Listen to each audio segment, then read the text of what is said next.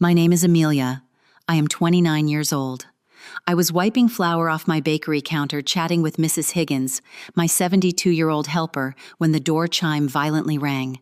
Everly barged in, dragging 2 pink suitcases followed closely by Leah. Everly pointed at Leah. "Sweetheart, meet your new studio," she announced. She then glared at Mrs. Higgins. "And you old lady, pack your things. We need this space." I didn't scream.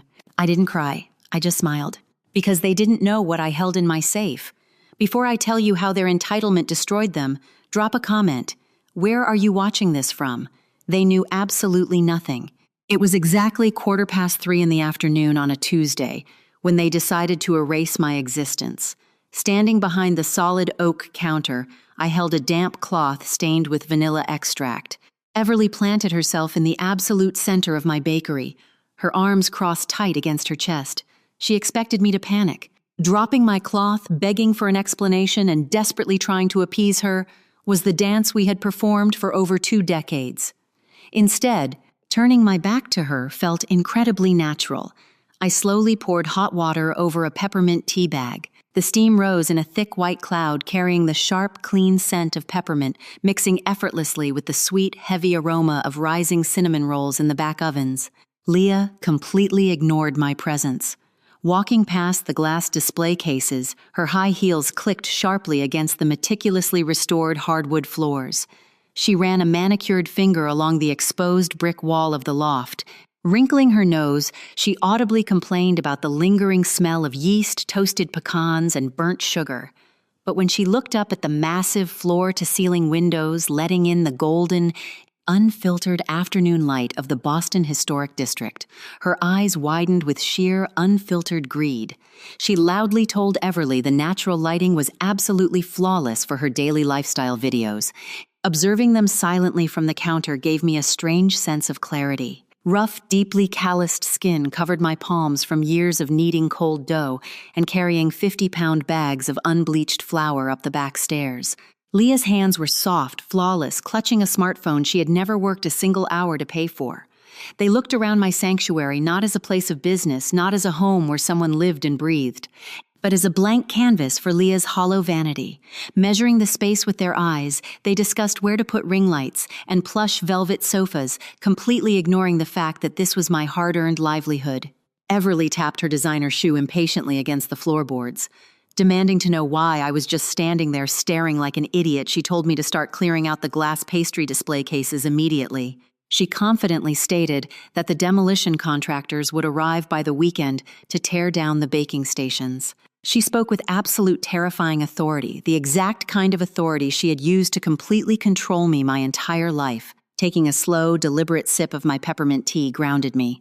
The heat traveled down my throat and settled in my chest. A year ago, a scene exactly like this would have sent me into a full-blown panic attack. Hot, humiliating tears would have flooded my eyes. Desperately trying to reason with her would have been my only instinct.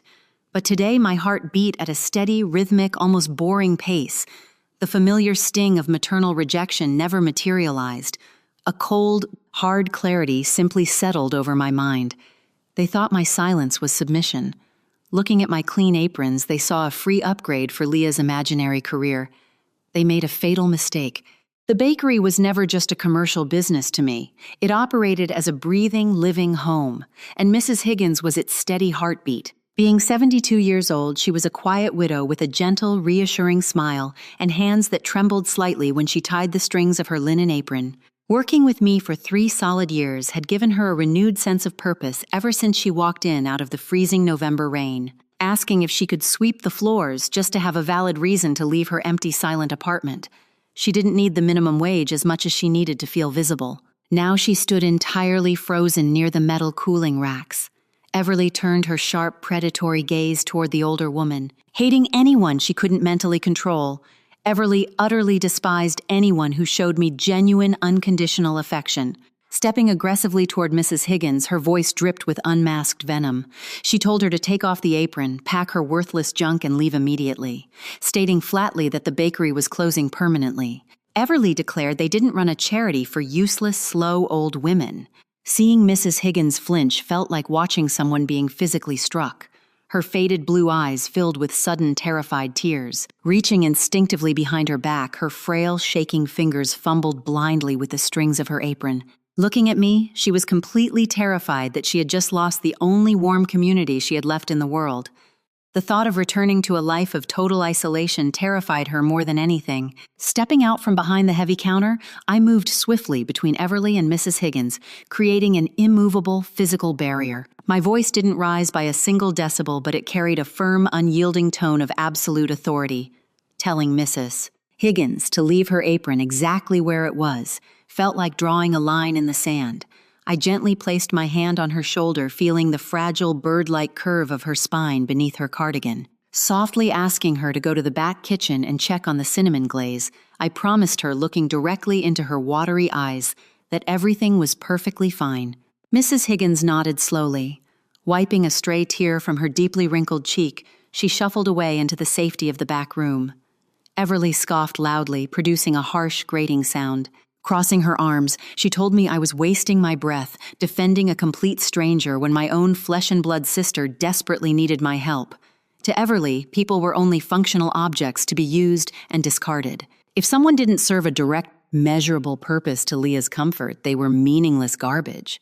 But Mrs. Higgins was not a stranger. Making me hot chicken soup when I caught a terrible fever last winter had solidified her place in my heart. Buying me a small vanilla cupcake on my birthday when my own mother conveniently forgot it made her true family. She was the family I had actively chosen. Everly had crossed an unforgivable line. I would protect my home. Drifting slowly from Everly's scowling face, my eyes found the far corner of the front counter.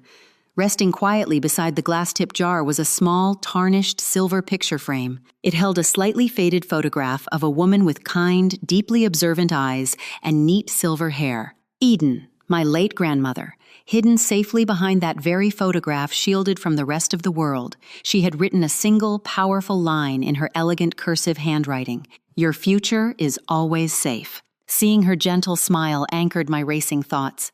It firmly reminded me of a brilliant secret planted exactly 12 years ago, a massive safety net that Everly knew absolutely nothing about. But looking at Everly's demanding, furious face right now, the horrifying extent to which she had programmed me to forget my own inherent worth became crystal clear. For 29 years, a suffocating invisible chain had held me captive. Psychologists call it learned helplessness, systematically conditioned from a very young age to believe that your basic needs are an exhausting burden. You simply stop asking for things. Believing that your only possible ticket to being loved and accepted in your own home is to be relentlessly useful becomes your sole survival strategy. Everly was an absolute master architect of this toxic illusion, building a distorted world where Leah was the fragile, sparkling princess who needed constant, expensive protection. She designated me as the sturdy, invisible workhorse, born only to provide it. Achieving something difficult only invited Everly's expert dismissal. Winning a prestigious regional baking competition in high school resulted in complaints that tracking flour into the car ruined the upholstery. But Leah, managing to post a moderately successful, heavily filtered photo online, called for the whole house to celebrate with expensive takeout. Everly taught me that my personal accomplishments were invisible, but my physical and financial resources were mandatory family property. Remembering how exhausting it was to constantly seek her fleeting approval made my chest ache. Buying her expensive, thought-out gifts was always a desperate prayer for just one genuine smile. Routinely canceling my own weekend plans to run her tedious errands became my tragic normal. Accepting the role of the dependable background character felt safer because fighting back meant facing her explosive, world-ending wrath. She aggressively made me believe that if I stopped serving them, absolute isolation would be my punishment. And back then, being abandoned was my greatest paralyzing fear. But standing here today, listening to her openly demand the literal keys to my life's work, the grand illusion finally broke into a million pieces. The paralyzing fear evaporated. Those heavy chains didn't exist anymore. The love I had been working so desperately hard to earn revealed itself as completely fake. Everly didn't love me. She loved my endless utility. She loved the labor she could effortlessly extract from my bones. Looking back at Eden's framed photograph reminded me that my grandmother had seen through Everly's deep toxicity long before I ever did. She had prepared an impenetrable shield. I was no longer afraid. My father Benjamin was never a villain in the loud, aggressive way Everly was. Operating as a villain of cowardice and silence, he was the great passive enabler. Whenever Everly screamed and threw her terrible tantrums, Benjamin quietly pulled me aside. Awkwardly patting my shoulder, he would whisper his favorite excuse, "Just let your sister have this one, Amelia. Be the bigger person. Keep the peace for me."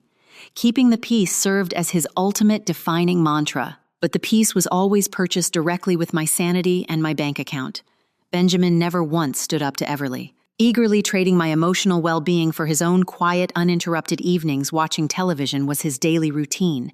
Watching his eldest daughter slowly become a human shield allowed him to avoid his wife's exhausting wrath. To them, I represented nothing more than a spare tire in the trunk of a car. Nobody truly admires the spare tire. Washing it, showing it off to neighbors, or taking pictures of it to post online never crosses anyone's mind. Leaving it locked in the dark, forgotten space is standard procedure. You only remember it actually exists when the shiny, expensive sports car breaks down. Stranded on the side of the highway in the pouring rain, suddenly the spare tire becomes the most valuable thing in the entire world. But the absolute second the crisis is over, shoving it right back into the dark trunk is all it gets. That defined my entire existence. Standing in the bakery, the heavy, cloying scent of Leah's designer floral perfume assaulted my senses. It presented a sharp, overwhelmingly artificial smell that clashed violently with the warm, honest scent of my fresh sourdough bread. Leah stood there in her pristine white coat, tapping her perfectly manicured nails against her glowing phone screen, waiting to be served. Looking down at my own reflection in the polished pastry glass revealed a tired woman. Wearing a faded, oversized gray cardigan with elbows worn dangerously thin was a testament to my priorities. Buying a new winter coat hadn't happened in 3 full years because every single extra dollar I made went straight back into the business or into fixing whatever expensive disaster Leah had recently caused. Benjamin used to tell me that my strength was a wonderful gift, loudly praising my fierce independence was his specialty. Foolishly thinking those specific words were compliments kept me trapped. Believing he was actually proud of my resilience took 2 decades to unlearn. Calling me strong was just his convenient way of justifying his utter neglect. If Amelia is strong, Amelia doesn't need parenting. If Amelia is independent, Amelia doesn't need protection or financial help. Spending their lives polishing the shiny sports car meant completely abandoning the spare tire in the dark. I lived in that suffocating, lonely shadow for 29 long years, deeply convinced that I deserved nothing more than the cold scraps of their attention. Then the invoice arrived. If I played the role of the forgotten spare tire locked away in the dark, Leah truly embodied the brand new, impossibly expensive sports car. Everly and Benjamin spent every single waking moment of their lives obsessively polishing her. Proudly showing her off to the neighbors, they constantly worried about her delicate paint job and fiercely protected her from even the slightest scratch, eagerly pouring all their available resources into her endless, bottomless tank was their primary joy. Leah never had to work a single minimum wage job. Worrying about paying a utility bill was a completely foreign concept to her. Her entire existence was fully funded and fiercely guarded by her devoted parents, while relying heavily on me to quietly sweep up the financial debris she left behind was their unspoken rule. Leah deeply believed she was destined for absolute greatness.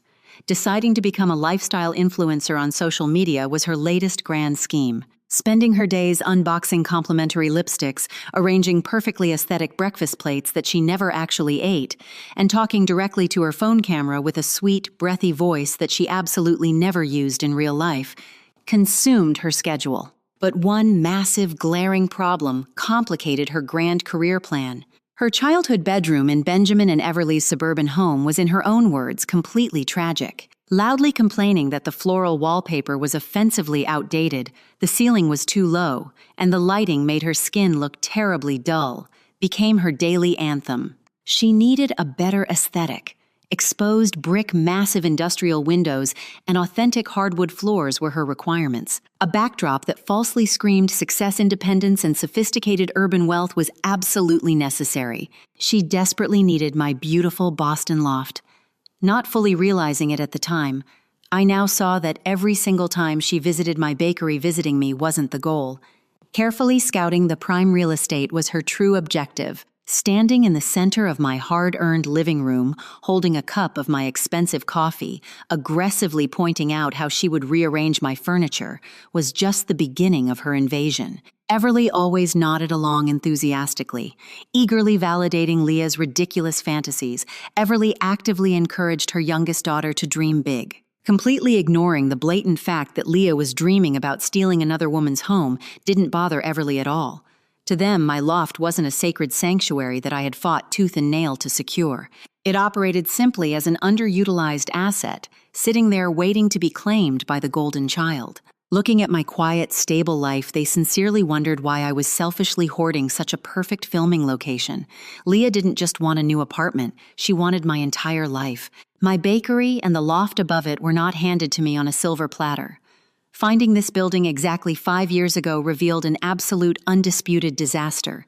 The previous tenant had left the walls painted a sickly, peeling yellow. Deeply gouged original hardwood floors lay hidden under cheap, rotting linoleum stained with decades of neglect. Rusted plumbing and electrical wiring that posed a massive fire hazard completed the horrifying picture, but good. Solid bones and a long-term commercial lease option convinced me to take the leap. Pouring $120,000 into this building drained my resources.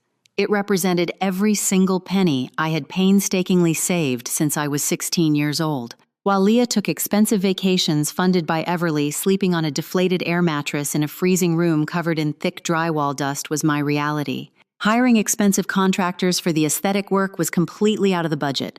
Countless midnights on my hands and knees, manually sanding those historical floorboards until my knuckles literally bled, built my resilience. Painting the high ceilings myself left my shoulders aching with a deep burning exhaustion that lasted for months.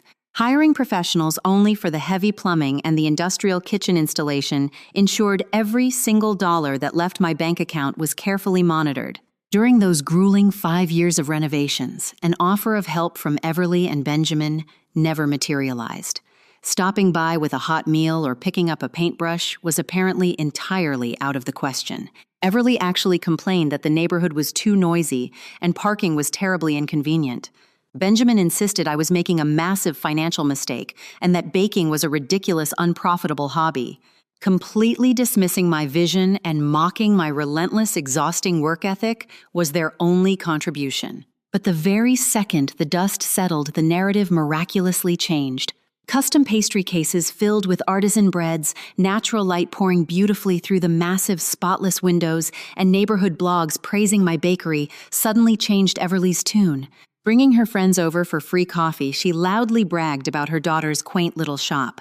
Deeply insulting the raw dirt was their initial reaction, but feeling completely entitled to harvest the ripe crops became their new reality. Looking at the breathtaking space I had built with my own blood and sweat, deciding it belonged to the family, was an easy jump for their selfish minds. They wanted to harvest it. The profound entitlement Everly displayed didn't emerge as a sudden, unexpected development. A carefully established pattern, a psychological trap built over decades, paved the way. Drifting back to a specific, infuriating incident just last year made my blood boil. Borrowing an incredibly expensive professional camera from a wealthy friend to shoot her aesthetic content was Leah's first mistake. Leaving it balancing precariously on a balcony railing to get a perfect selfie was her second. The camera fell completely, shattering the lens and the internal mechanics. The furious friend demanded immediate payment or threatened to involve the police for property damage. Lacking a single dime to her name, Leah panicked. Benjamin conveniently hid in his garage. So my phone rang. Sobbing hysterically into the receiver, Everly used her most desperate, manipulative voice. Begging me to transfer $800 immediately was her opening move. Softly hesitating and explaining that I needed that money to fix my commercial oven caused Everly to violently flip the emotional switch, accusing me of being a cold, heartless monster. She screamed that making plenty of money selling stupid pastries while my baby sister faced a criminal record was pure evil. Do you want to see her life ruined over a few dollars? Everly had wailed. You are so horribly selfish, Amelia. Transferring the money that same night was a painful defeat. A simple thank you from Leah never arrived. Everly never brought the incident up again. Sitting on my kitchen floor, staring at my depleted bank account, a completely hollow feeling consumed me. That represented the invisible, heavy chain of the survivor, ruthlessly conditioned to believe that failing to constantly rescue them made me the villain. I deeply feared being labeled a bad daughter more than going bankrupt. Swallowing the financial abuse seemed easier because fighting back meant facing Everly's apocalyptic guilt trips, and desperately trying to buy their genuine love with endless compliance was my only known strategy. But feeling the cold floor beneath me, the realization that true love doesn't arrive with a massive invoice, hit me hard. Operating like a predatory collection agency shouldn't define a family. Buying respect from people who fundamentally view you as an automatic teller machine is completely impossible. It was exactly 9 o'clock in the evening on a Sunday when the illusion of family finally shattered. The absolute final defining betrayal unfolded just a few days before they marched into my bakery with those obnoxious pink suitcases. Late Thursday evening found me driving out to the suburbs to drop off a large box of leftover sourdough loaves at Benjamin and Everly's house, attempting to play the dependable, thoughtful daughter one last time. Parking quietly in the driveway, I noticed the front door slightly ajar, caught on a thick welcome mat. Silence filled the house, except for voices drifting clearly from the kitchen. Stepping onto the porch, my hand reached for the doorknob just as Leah's sharp, whining voice on a speakerphone call pierced the quiet air. "But what about all her huge, ugly baking equipment, Mom?" she complained. "I literally cannot film my skincare routines with a giant metal dough mixer in the background. It totally ruins the minimalist vibe." Freezing instantly, the heavy box of bread suddenly felt like solid lead in my arms. My breathing stopped. Everly's answering voice sounded calm, calculating, and dripping with absolute malice. "Don't worry about that industrial junk, sweetheart," she said casually, as if discussing throwing out old newspapers. "I already looked up a local restaurant liquidator. Selling those massive ovens and mixers for a few $1,000s cash will be easy. Using that money to buy your velvet sofa and ring lights is the perfect plan." Leah giggled, producing a high-pitched, incredibly cruel sound. "And the old lady who works there? She creeps me out. She's always staring at me." Mrs. Higgins Everly scoffed loudly. "I'll handle her. The minute Amelia is packed and on a bus back here to the suburbs, telling that useless old bat to hit the pavement will be my first order of business. She's not our problem. Tossing her out is step one." Standing on the dark porch, total paralysis gripped me. The icy wind cut right through my thin sweater, but the chill radiating from my own family was far worse. Planning to ask me to move was one thing. Actively plotting to displace me illegally, sell my expensive commercial property, destroy my thriving business, and deliberately throw an elderly, vulnerable woman out onto the street crossed into pure villainy. Carving up my entire life and serving it to Leah on a silver platter was their casual Thursday night activity. Being a daughter to Everly or a sister to Leah was a fantasy. Being a human being with basic feelings wasn't even part of their equation. I was just a supply. Pushing the front door open was out of the question. Storming into the kitchen to confront them would achieve absolutely nothing. Screaming or demanding a tearful explanation felt entirely pointless. Any hysterical reaction would provide Everly exactly what she thrived on: dramatic emotional leverage. Instantly gaslighting me, she would declare me completely crazy, insisting I had misheard a harmless joke. She would successfully manipulate the conversation until apologizing for invading their privacy became my only option. Instead, a very slow, silent step backward was my only movement. Carefully lowering the heavy box of sourdough bread onto the cold concrete porch, left it there as a silent final offering. Turning around and walking back to my car felt like crossing a massive threshold. Driving back to Boston proved to be the quietest, most profoundly peaceful drive of my entire life. Usually, after interacting with Everly, a tight chest and severe anxiety plagued me. Obsessively replaying every word, wondering how I had failed them again, was my toxic routine. But tonight, the suffocating anxiety completely vanished. A strange, freezing calm effectively replaced it. The heavy fog of guilt lifted. Realizing the people you desperately try to please actively want to destroy you makes the profound desire to please them disappear instantly. Parking my car and unlocking the front door of my dark bakery brought me immense comfort. Streetlights cast long, sharp shadows across the polished hardwood floors.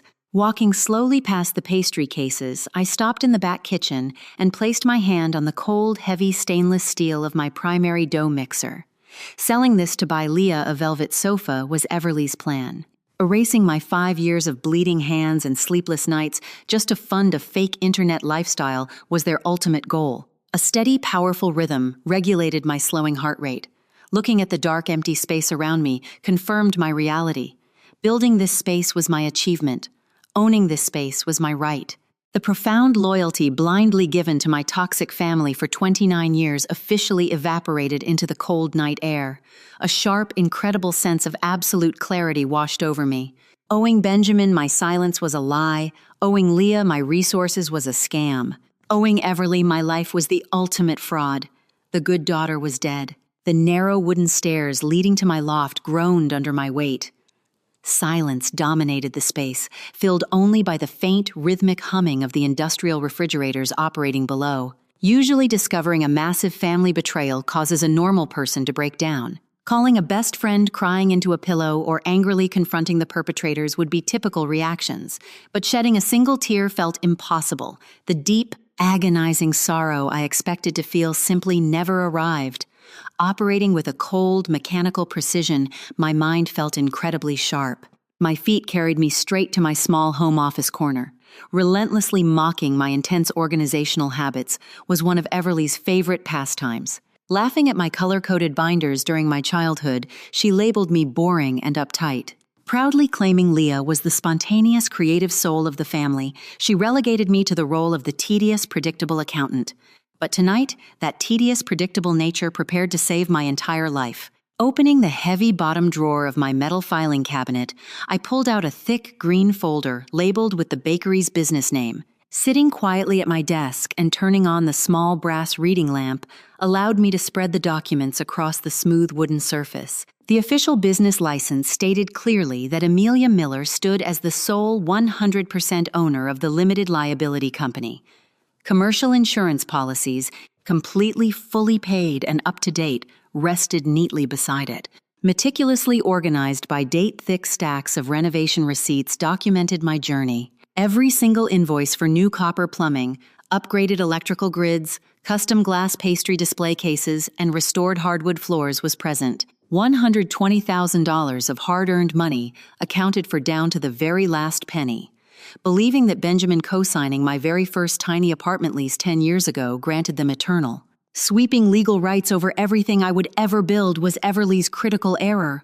Assuming family entitlement easily superseded actual legal ownership fueled her arrogant confidence. Spending 3 hours photographing and securely backing up every single document to a cloud server solidified my defense. Creating a digital fortress around my assets was imperative. Playing the desperate daughter begging for approval was a retired role. Acting as the chief executive officer of my own life, aggressively securing borders against a hostile corporate takeover became my new reality. Gathering the papers, placing them carefully back into the thick green folder, and locking the heavy metal drawer finalized the transition. My boring files were weapons. Waking up at 4 o'clock the next morning felt incredibly energizing. Walking downstairs to the bakery kitchen exposed me to the wonderfully chilly air carrying the faint, comforting ghost of yesterday's cinnamon and roasted pecans. By 5:30, the heavy commercial ovens glowed a warm, steady orange, and the first massive batch of sourdough was rising perfectly. At exactly 6 o'clock, the back door softly clicked open. Mrs. Higgins walked in wearing a heavy wool winter coat and a thick scarf wrapped tightly around her fragile neck. Exhaustion radiated from her. Dark, heavy circles under her faded blue eyes confirmed she hadn't slept a single minute. Quietly hanging up her coat, her thin shoulders slumped under an invisible crushing weight. Walking over to the stainless steel prep counter and reaching for her linen apron, her hands trembled so badly she couldn't manage to tie the simple knot behind her back. Turning off the running water and drying my hands on a clean towel, I walked over, gently taking the apron strings from her shaking fingers, tying the knot for her, and making sure it was perfectly secure, grounded both of us. "Looking at my bank account last night broke my heart, Amelia," she whispered, her voice cracking slightly. Refusing to look up, she just stared blankly at the metal counter. "My husband's pension barely covers my basic rent. Losing this job. If your mother really forces you to close the shop, figuring out how to pay for my heart medication next month is impossible." A fresh, powerful wave of absolute disgust washed over me. willingly destroying a gentle elderly woman's actual survival just so Leah could secure a trendy background for her vapid internet videos, highlighted Everly's monstrous nature. Viewing Mrs. Higgins as completely disposable trash was unforgivable. Gently placing both of my hands over Mrs. Higgins' trembling fingers offered a stark contrast to her cold skin. "Look at me," I said, maintaining a low, unwavering frequency in my voice. Slowly raising her tearful eyes to meet mine, she waited. "Nobody is closing this bakery. Nobody is turning this place into a studio. And absolutely nobody is ever going to force you out of those doors. I promise." Blinking away tears, a small, fragile glimmer of hope appeared in her tired eyes. "But your mother," she sounded so absolutely certain, sounding like she already owned the building, was terrifying. "She owns nothing," I promised her, squeezing her hands firmly. "You are safe here. We are both completely safe. 48 hours remained." Selling out of our signature almond croissants by noon allowed me to send Mrs. Higgins home early for some genuine rest. The second she walked out the door, locking the front entrance and flipping the sign to closed became my top priority. Driving across the city to a massive electronics retail store initiated the next phase. Searching for cheap, hidden spy equipment wasn't on the agenda. Tiny. Invisible lenses disguised as smoke detectors lacked the necessary psychological impact. Making my defense system glaringly, unapologetically obvious was the explicit goal.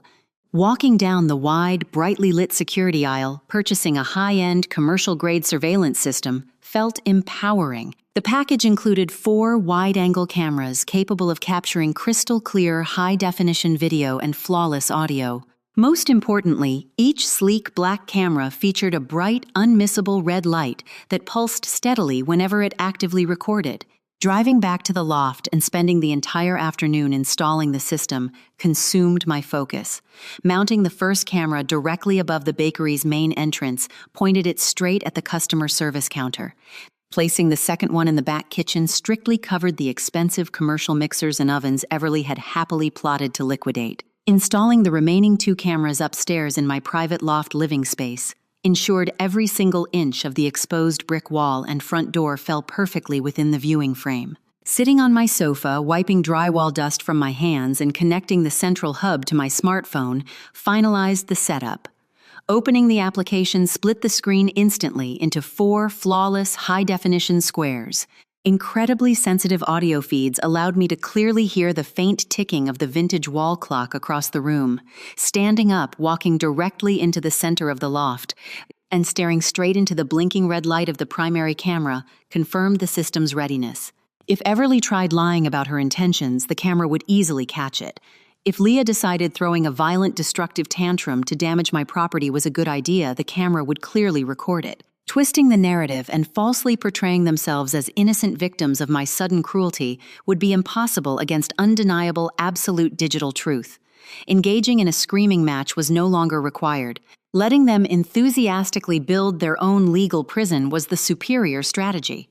The trap was fully set. Preparing a massive batch of vanilla buttercream frosting on Friday morning was abruptly interrupted when my cell phone vibrated violently against the stainless steel counter. The caller identification flashed Leah's name.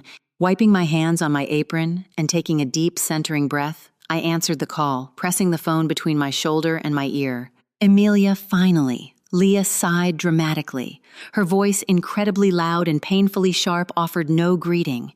Asking how my business was doing never crossed her mind. "Listen, you need to completely clear out those bulky pastry display cases by tomorrow morning. Hiring a professional painter means he needs total access to the floor." Stopping the mixer, I stared blankly at the wall, genuinely marveling at the sheer breathtaking audacity of her completely unearned entitlement. Took a moment. "A painter?" I asked, keeping my tone entirely flat and carefully devoid of any emotion.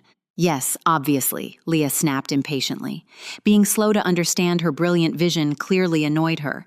"That old exposed brick wall in your living room is way too dark. Completely ruining my complexion on camera is unacceptable. Having the guy paint the entire thing a bright, minimalist matte white is the only solution. Oh, and ordering 2 massive professional ring lights and a vintage green velvet sofa means they are being shipped directly to your address. Making sure you're there to sign for the heavy boxes and carry them upstairs is your responsibility." Treating me like an unpaid personal moving service was her default setting. In her wildly distorted reality, my successful revenue-generating bakery functioned merely as an inconvenient, messy obstacle standing in the way of her imaginary internet stardom. Mentally demolishing my entire life, painting over my history, and moving expensive furniture into my personal sanctuary was already accomplished in her mind. "Leah," I said quietly, letting the steady hum of the commercial refrigerators back up my calm tone, "painting that brick wall is impossible. Historic district preservation codes legally protect it." "Ugh, you are always so terribly boring and negative," Leah groaned loudly into the speaker. "Mom already said it's totally fine. Acting like you own the place needs to stop. Making sure the delivery guys don't scratch my new sofa on the stairs is all you need to do, okay? Having to go is my cue to hang up." Ending the call abruptly left me listening to the hollow dial tone. Asking a single question wasn't part of her communication style. Issuing demands was her only language. She lived in pure delusion. Exactly 2 hours after Leah abruptly ended her ridiculous phone call, the phone buzzed again, this time delivering a long, incredibly dense text message from Everly. Sitting down on the wooden stool in the back office, pouring a glass of cold water and carefully reading the digital assault provided a moment of stark clarity. "Amelia, Leah told me you were being incredibly difficult about the deliveries today. Being extremely disappointed in your selfish attitude is an understatement. Launching her career is finally happening for your sister, and deliberately sabotaging her success out of petty jealousy is cruel. Discussing this fully with Benjamin led to a firm decision. Needing all that massive space just to bake bread is completely unnecessary. Family helping family is how this works. Expecting you to have all your personal belongings completely packed in boxes and moved into your old childhood bedroom by Sunday evening is our final word. Coming over to help clean out the heavy equipment is our generous offer. Making this harder than it has to be is a bad choice. Loving you is what we do, but learning to share is what you need." Staring at the glowing screen exposed the transparent manipulation perfectly crafted to trigger ancient, deep-seated guilt. Using the word selfish attacked my boundaries directly. Weaponizing the phrase "family helps family" demanded my total surrender. 10 years ago, a message exactly like this would have instantly crushed me. Frantically apologizing, packing bags, and handing over keys just to avoid apocalyptic anger would have been my immediate reaction. But reading it now, under the steady, blinking red light of my newly installed security camera, generated absolutely zero panic. No sadness clouded my vision. A profound clinical observation of a predator confidently walking directly into a trap was my only sentiment.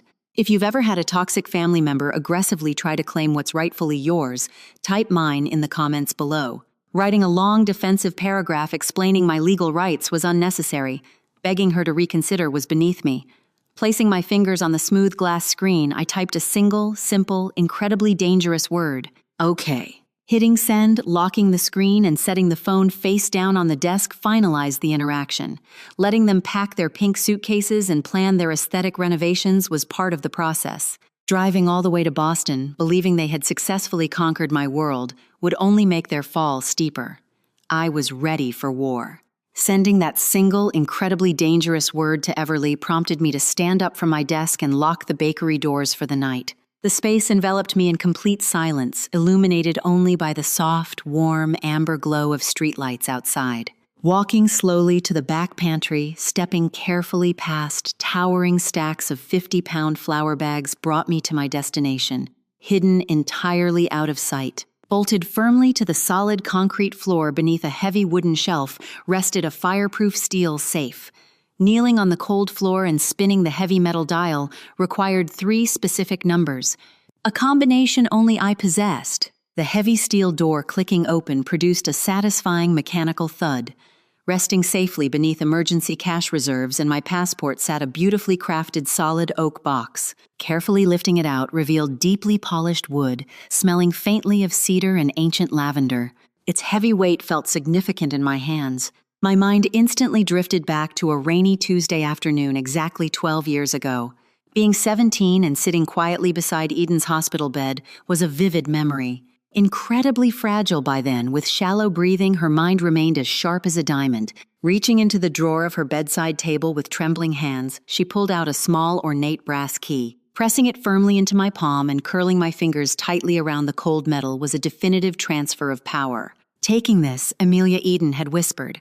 Her sharp eyes scanning the empty hallway ensured Everly wasn't secretly listening.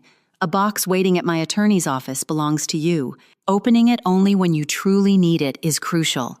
Telling Everly is strictly forbidden. Taking everything from you if you let her is exactly what she will do. Keeping that profound promise defined my actions for a decade.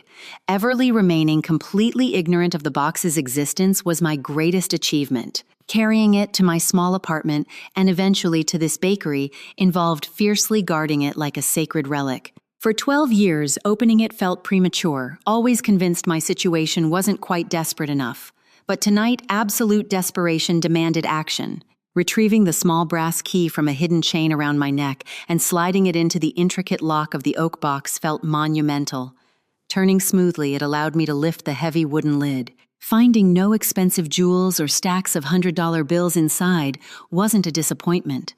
Discovering a thick, pristine manila envelope holding a stack of heavy watermarked parchment paper was the true treasure. Carefully pulling the documents out, my fingers traced the raised official seal of the state of Massachusetts, stamped proudly at the very bottom of the first page. Reading the dense, highly formal legal text revealed Eden's brilliance. Leaving me a simple inheritance was never her plan. Spending her final, painful months expertly designing an impenetrable legal fortress to protect me from her own greedy daughter was her final act of love. Knowing exactly what Everly was capable of allowed Eden to arm me perfectly. The truth was finally awake. Carrying the heavy stack of documents out to the front counter and turning on all bright overhead lights illuminated my path. Sitting down and reading the pages a second time, then a third, allowed the sheer magnificent power of the legal language to completely wash over me. The header on the primary document, printed in bold, undeniable black ink, declared its purpose, irrevocable trust agreement. Writing a standard last will and testament would have practically invited Everly to instantly contest it in probate court. Aggressively hiring predatory lawyers, relentlessly manipulating Benjamin into testifying against me, and successfully tying the entire estate up in exhausting litigation for a decade until financial fatigue forced my surrender was her predictable playbook. A will serves merely as a set of instructions, and toxic people absolutely excel at destroying instructions. But Eden possessed a brilliant, highly calculating mind. Leaving a will was too risky. Creating an irrevocable trust was a masterstroke. In the completely unemotional eyes of the law, an irrevocable trust acts as an absolute vault. Once ink dries and property legally transfers into it, creators cannot simply change their minds, and surviving relatives cannot possibly challenge it. The trust essentially becomes an entirely separate legal entity. Documents prove that 12 years ago, Eden quietly purchased the commercial deed to this exact historic building.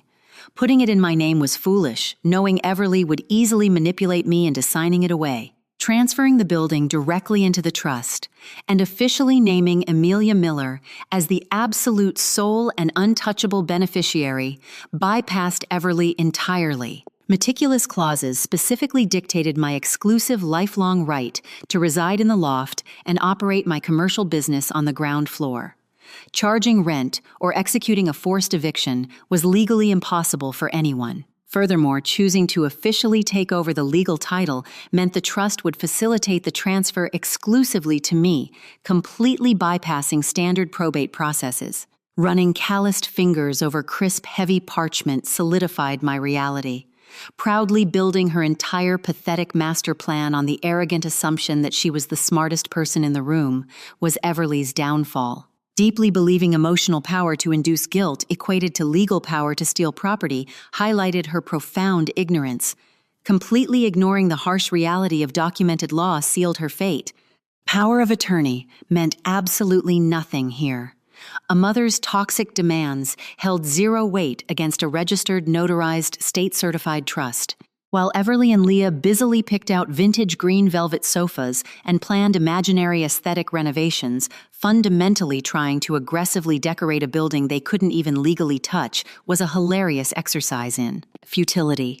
Everly owned absolutely nothing. Locking the waterproof briefcase containing the original trust documents the following morning, proceeded closing the bakery for the day. Driving directly into the bustling financial district of downtown Boston and riding the sleek glass elevator up to the 30th floor of a highly respected corporate law firm initiated the final defensive maneuver. Meeting Samuel, the senior attorney actively managing Eden's estate for the past 12 years, was the objective. Operating as a sharp, fiercely intelligent man in his late 50s, Samuel had quietly waited for my arrival. Sitting across his massive mahogany desk and calmly explaining Everly's impending invasion provoked no change in expression, but his eyes hardened with sharp, professional intensity. Knowing exactly what kind of ruthless predator my mother was, he drew from personal experience, helping Eden legally block Everly from family accounts years prior. Escalating violently when realizing she possesses absolutely no leverage is guaranteed, Samuel warned, his voice low and incredibly serious. Physically handling the sudden loss of control is impossible for toxic people. Screaming, throwing massive tantrums, and potentially attempting physical property damage in a fit of pure rage are highly probable outcomes. "I know," I replied smoothly, crossing my legs.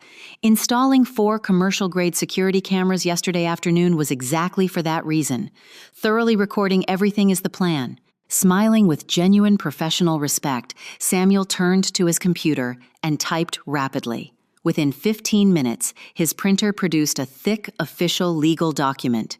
A formal cease and desist order firmly paired with a terrifyingly strict notice against trespassing emerged, aggressively citing the Massachusetts Penal Code, outlining massive financial penalties and immediate police intervention if Everly or Leah refused to vacate commercial premises upon request. It was a masterpiece. Arranging for local law enforcement to be on standby outside the bakery tomorrow is an option.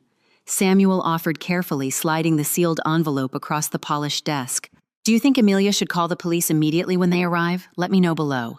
Shaking my head slowly and taking the heavy envelope, I declined the offer. Having police present initially would allow Everly to instantly play the crying, victimized mother. Walking into my bakery feeling like an absolute conqueror was essential for her to fully expose her true, unhinged entitlement on high-definition video before being completely shut down. Samuel nodded in total agreement. Walking out of the towering glass building, holding the envelope tightly against my chest confirmed my readiness. The fortress was fully armed. Returning to exactly 3:15 in the afternoon on Tuesday brings the climax into focus. Swinging open with unnecessary force, the heavy glass door caused the brass entrance chime to violently bang. Cold autumn wind rushing in instantly killed the warm, comforting scent of baked cinnamon. Striding directly into the center of my sanctuary, Everly looked like a victorious general claiming newly conquered territory. Trailing lazily behind, Leah dragged heavy plastic wheels of 2 massive pink suitcases aggressively over polished hardwood floors. Beaming with a sickening, triumphant look, they genuinely resembled arrogant tourists arriving at a luxury resort, miraculously booked for free. Ignoring my presence completely, Everly threw her arms out wide. Heavy gold bracelets clinking loudly, she announced to Leah that this was her brand new studio, immediately turning predatory hostility toward Mrs. Higgins. She ordered the terrified, fragile 72-year-old woman to pack her worthless junk and leave my property. Standing frozen near cooling racks, frail hands trembling violently against her apron, Mrs. Higgins looked at me. Faded blue eyes, wide with absolute crushing panic, searched for reassurance. Gently closing my laptop lid on the front counter, I took a slow, deliberate breath. Letting the steady rhythmic hum of commercial refrigerators ground my pounding heartbeat was crucial. For 29 years, Everly entering a room with that specific, domineering posture triggered an immediate physical instinct to shrink. Making myself small and accommodating to successfully avoid toxic radar was deep conditioning, but not today. Shrinking was not an option. Looking down at flour-dusted shoes belonged in the past. Stepping out from behind the heavy oak counter, keeping my spine perfectly straight and shoulders pulled back, I walked directly into the open space between Everly and Mrs. Higgins. Casually crossing my arms, the sudden shift in physical demeanor proved so jarring that Leah actually stopped texting to look up in genuine confusion. Screaming or demanding respect was unnecessary. I stepped into the light, faltering for a fraction of a second when I didn't immediately rush to carry pink suitcases. Everly's triumphant smile quickly recovered. Instantly deploying her favorite deeply manipulative tactic meant reverting to the fake, incredibly caring mother routine. "Oh, Amelia, sweetheart, stop glaring like that," Everly cooed, her voice dripping with artificial sugary sweetness. Taking a step closer to casually invade personal space, she launched her pitch. "Wonderful news awaits. Realizing how terribly exhausted you look lately prompted a family decision. Baking being such hard, miserable labor means you need a massive break. Moving back into your cozy old room in the suburbs while Leah takes over this space for her new career works out perfectly for everyone." Rolling her eyes, already bored with the interaction, Leah pointed a manicured finger toward the back kitchen. "Mom, tell her to move that massive metal mixer thing right now. Delivery guys bringing my vintage sofa in an hour requires that entire corner completely cleared out." Smiling warmly at Leah, Everly turned cold eyes back to me.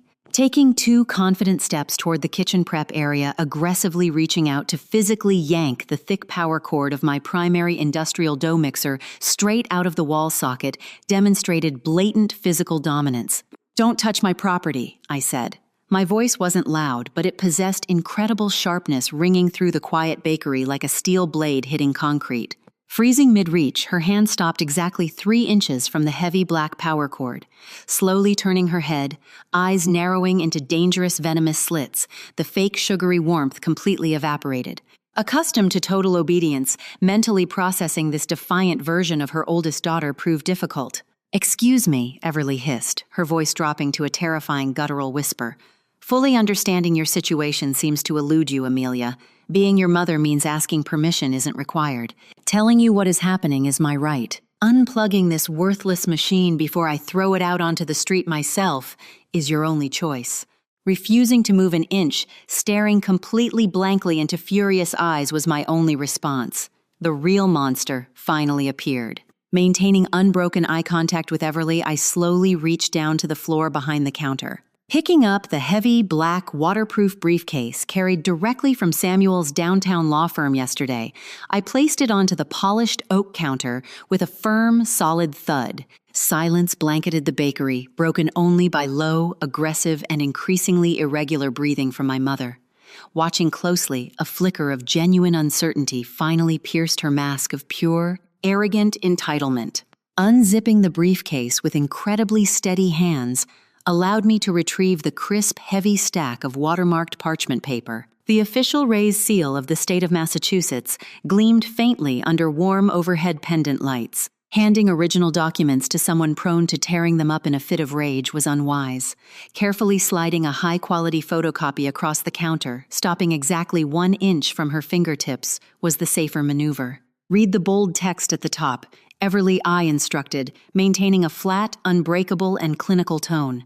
Stripping away the emotional title she endlessly used for manipulation felt powerful. Darting aggressively to the paper, Everly squinted. Lips moving silently, she processed the large black letters, "Irrevocable Trust Agreement." Waiting for her to decipher legal terminology wasn't part of the plan. Reading my copy aloud, my voice echoing clearly off exposed brick walls, delivered the facts. Explaining in simple, direct words that 12 years ago, Eden officially purchased this historic building shattered her reality. Detailing the immediate transfer of the commercial deed directly into an untouchable trust, naming Amelia Miller as absolute, sole, and exclusive beneficiary, sealed the deal. Pointing to the specific clause guaranteeing my permanent right to occupy the residential loft and operate the ground floor commercial space free of external interference was the final blow. Draining of all color, Everly's face turned a sickly, pale shade of ash. Mouth opening without producing sound, she resembled a fish deprived of oxygen. The grand, elaborate narrative of obedient packing violently shattered against an unmovable wall of certified legal reality. Stopping her scrolling, Leah looked at Everly, perfectly drawn eyebrows, knitting together in severe confusion. "Mom, what does that paper mean? Telling her to pack up is taking too long. Delivery guys bringing my velvet sofa are arriving soon." "It means," I said, looking directly at my younger sister, "that Everly lied to you. Promising a beautiful studio without zero legal authority to deliver was a cruel trick. Owning this building makes me the sole authority here, Leah.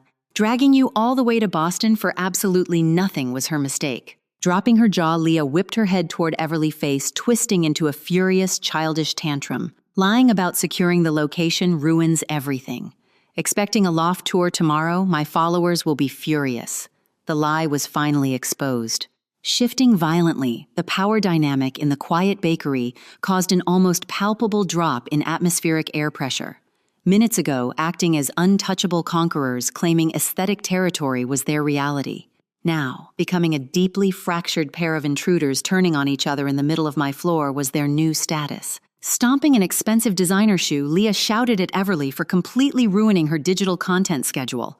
Ignoring Leah, Everly glared directly at me, eyes filled with cold, terrifying hatred, long suspected but never fully unmasked, revealed her true nature.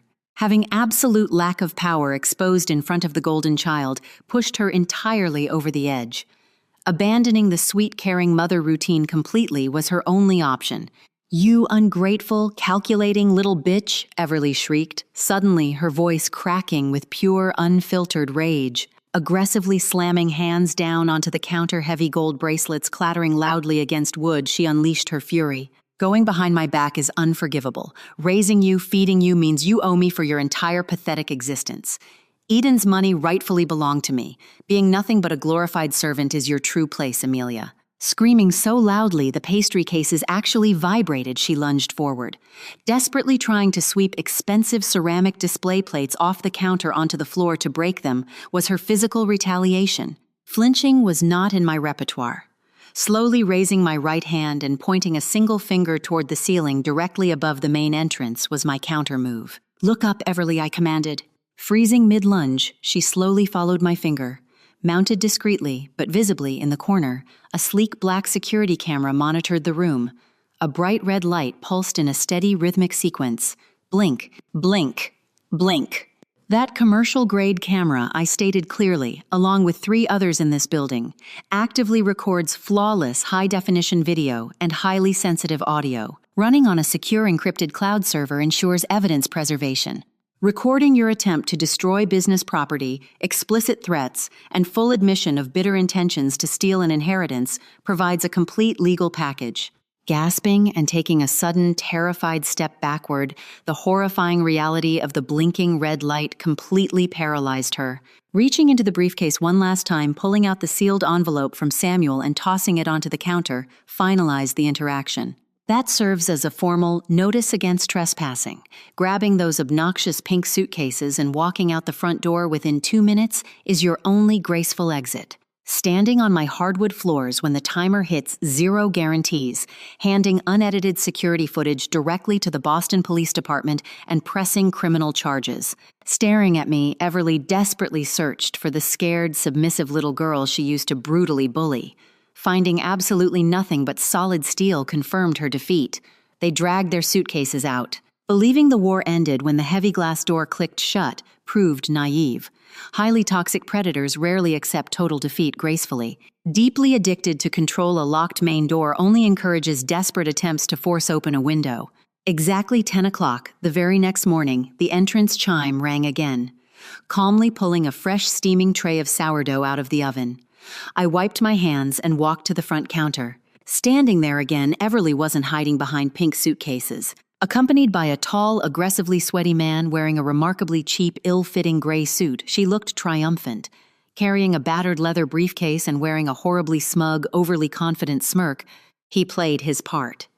Crossing her arms, Everly appeared convinced she had discovered the ultimate loophole. Stepping forward, clearing his throat loudly, and slapping a single, terribly formatted sheet of paper onto the glass pastry case, the sweaty man began his performance.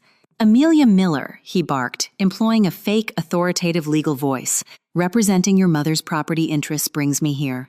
Issuing this emergency eviction notice addresses your direct, severe violation of commercial zoning codes by residing in a loft above an active food production facility. Voiding the trust due to structural non-compliance is the legal consequence.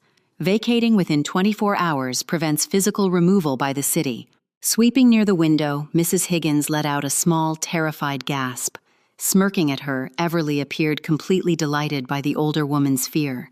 Panicking or frantically calling Samuel wasn't necessary. Spending 5 agonizing years pulling municipal permits to bring this historic building up to absolute flawless code provided profound knowledge. Understanding zoning laws better than city inspectors allowed me to quickly analyze the flimsy paper. Lacking an official city watermark and referencing a residential law from a completely different county exposed the clumsy forgery immediately. Picking up my cell phone and dialing a number on speakerphone, I maintained direct, unwavering eye contact with the sweaty man. "Yes, hello, Boston City Housing Authority," I stated calmly.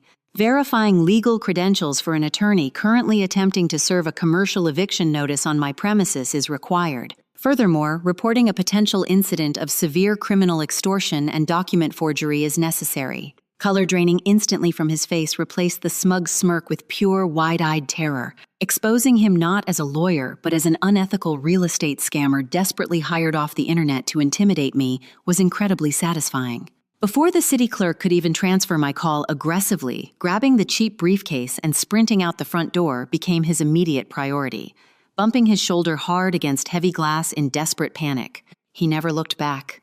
Everly stood completely alone outside.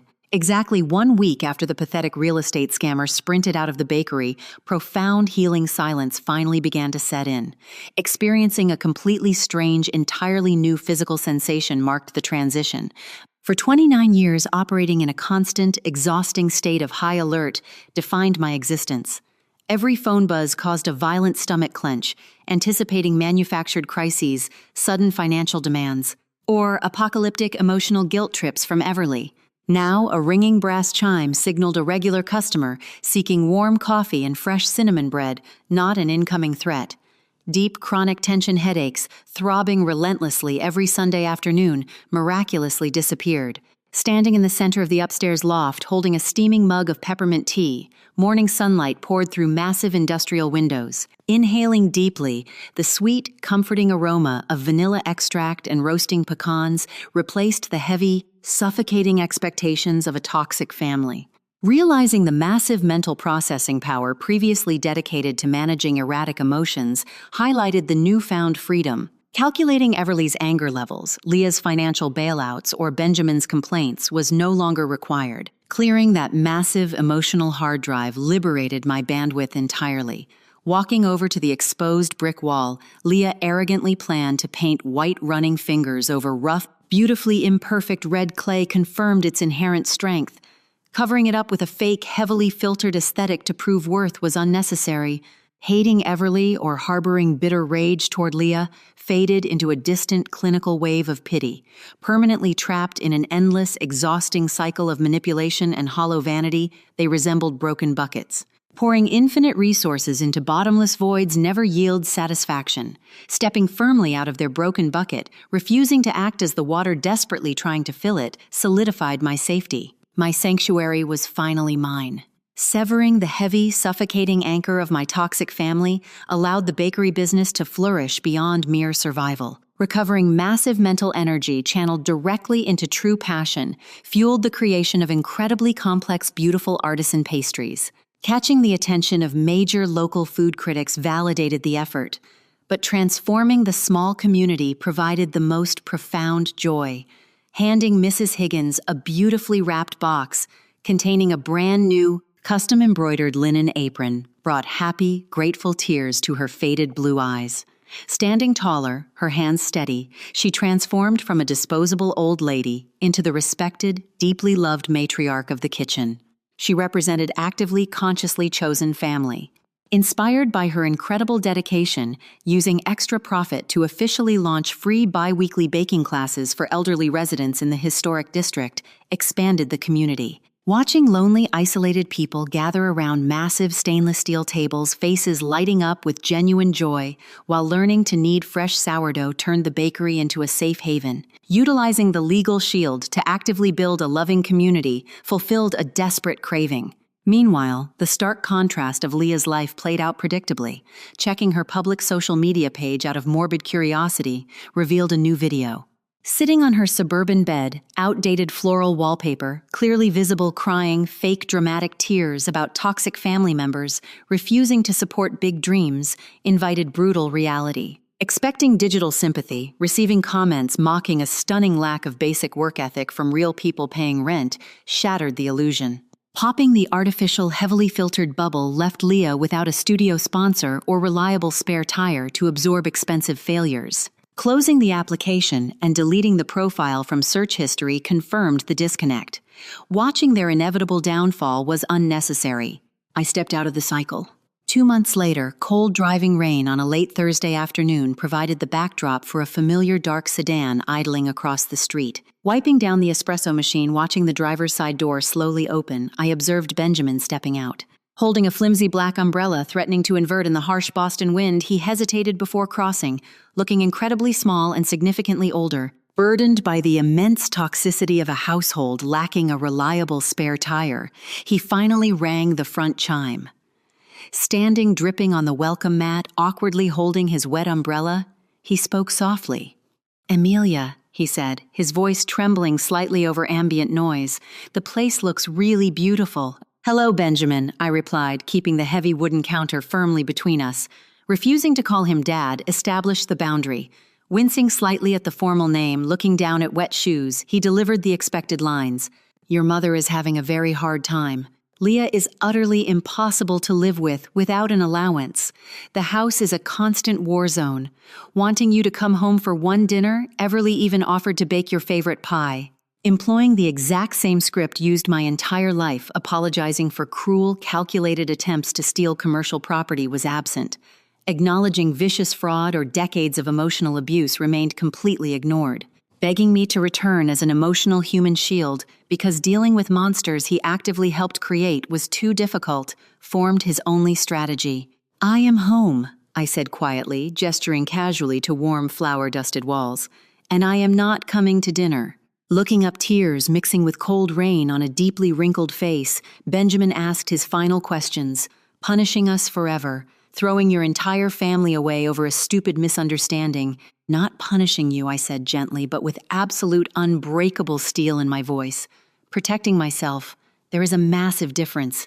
Feeling a tiny, fleeting pinch of sorrow for the man who once taught me how to ride a bicycle didn't erase the memory of the coward sitting silently while Everly plotted destruction. Meeting you for a cup of coffee exactly once a year on neutral territory is possible," I told him calmly. "But Everly and Leah are never allowed in my life again. Being dead to me is their permanent status. That is my absolute final offer." Staring for a long moment, searching my face and finding cold, undeniable clarity, Benjamin finally nodded. Shoulders slumping in total crushing defeat, turning around and walking slowly back into freezing rain, finalized the interaction. Watching his car drive away confirmed the truth. I was free. Engaging the heavy brass deadbolt and sliding the chain lock firmly into place secured the bakery. Walking upstairs to the loft, taking off flour-stained shoes, and sitting on the comfortable sofa allowed reflection.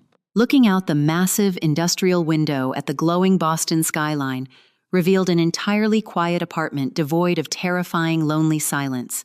Incredible spaciousness and unbelievably clean air defined the environment. Addressing anyone listening who identifies as the black sheep constantly forced to compromise requires sharing a hard, profound truth. Societal conditioning aggressively pushes the narrative of unbreakable blood bonds, blindly forgiving parents, endlessly supporting siblings, and viewing firm boundaries as unforgivable selfishness are common dictates. Toxic people aggressively rely on that exact societal guilt to maintain permanent control. Systematically draining bank accounts, consuming mental energy, and destroying hard-earned peace while hiding behind the word family is their methodology. Recognizing severe exploitation doesn't make you a bad person. Refusing to act as an emotional punching bag or convenient financial spare tire doesn't make you a cold-hearted monster. Walking away from shared DNA feels unnatural and absolutely terrifying, initially representing arguably the most agonizing decision imaginable. But the profound, quiet peace waiting on the other side justifies the pain. Desperately hoping harder work or more money would finally earn genuine love is a futile exercise when dealing with fundamentally broken buckets. Stopping the endless pouring of life into empty buckets allows personal blooming. A thriving bakery and a chosen family providing genuine, effortless warmth replaced the heavy weight of expectation. Family isn't defined by bloodlines used for suffocation. Family consists of people using profound respect to elevate you. If this story provided courage to set firm boundaries, ignoring societal guilt and protecting personal peace, remember the core lesson. Don't let anyone turn you into a spare tire. You belong to yourself,